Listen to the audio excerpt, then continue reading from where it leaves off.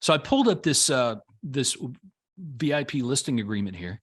And I think that one reason that you guys don't close more business is because you make it hard on yourself to do that.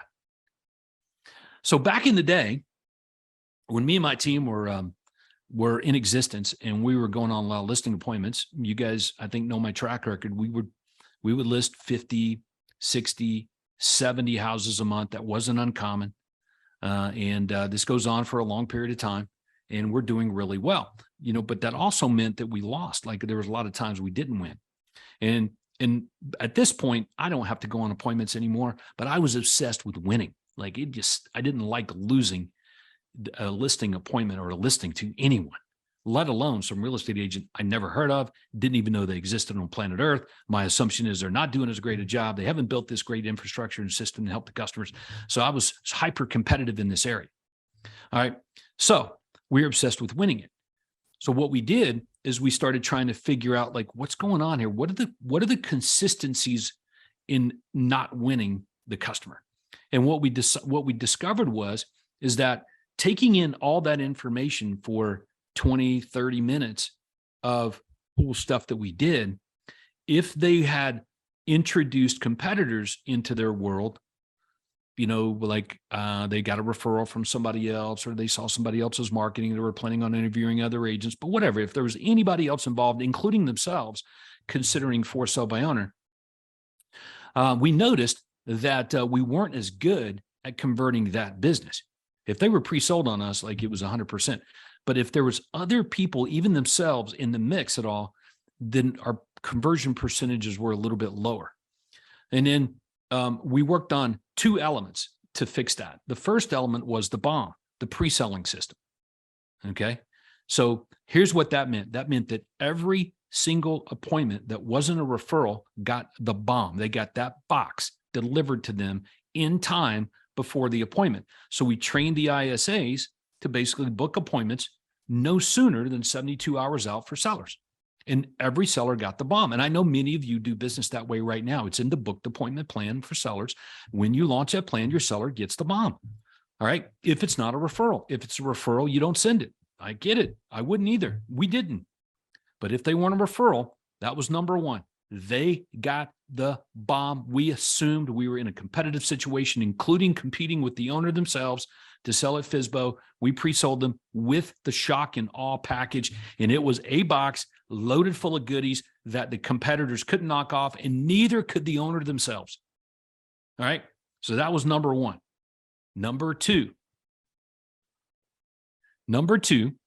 okay, was the write-up, the paperwork. Okay. The paperwork were the forms from the real estate board. Okay. The forms from the real estate board, the listing agreement. Okay. And I was just like you guys. I just, didn't even dawn on me that the listing agreement was actually undoing all the cool stuff that we had just did. Okay. But I learned this from my autopsy calls. You guys, right? How many of you guys do autopsy calls? Your agent goes out on the appointment. They come back with a story. It's an immediate trigger for you to follow up with the seller and survey them on what you need to do to get their business. And they talk. They say things. And that some of the things they would say just made no sense to me. I'm listening to it. I was like, and I would get with the agents, like, didn't you give them the presentation? Yes. Oh yeah, I went through this. They even asked me questions about it. And I'm like, then how can this be the comments from the autopsy call, not even a day later? And this goes on for like months until I realized, like, what are we leaving behind? Like, what happens after the presentation? There's still a presentation. Do you guys follow me? After your benefits presentation, which is an orientation to doing business with you, there's still another presentation. There's always a next sale. You're going to see a lot of this in Cancun when we get together. You guys are going to love this whole concept. There's always a next sale. So there's a next presentation, and the next presentation is the write-up, the paperwork.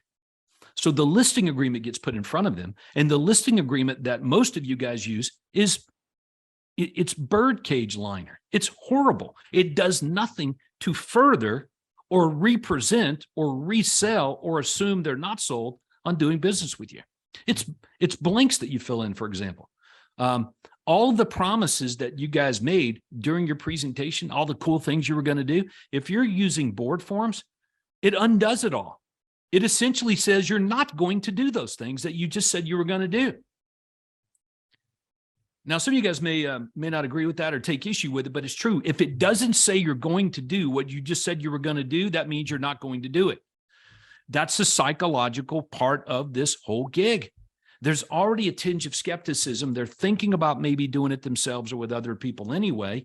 So you go through this cool stuff and it's like, you do well at converting people that are like you, but man, you throw them into another personal concept like a high C or high S, which is what 3/4 of the people are. And you present them with your stuff and they're like, is it really good? And then you bring out the paperwork and it says nothing about what you just told them you were going to do, which means you're not going to do it. For high C's and high S's, you know that that's how they think. This is all starting to make sense to you now. So what we did is we basically threw them away. I own my own real estate company at this point, back in the day when we were doing this. So we threw away the board forms. We took them and we wadded them up in a sales meeting. I threw them away and I rolled out basically a couple of pages on a listing agreement that outlined everything that we did and what's been going on to this day.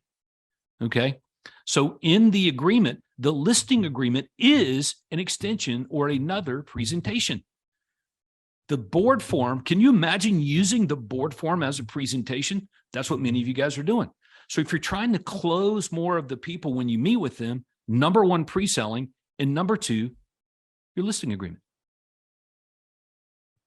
And I will put this agreement, we'll go back to the library. Here it is, 4196. That, my friends, is a presentation on certainty.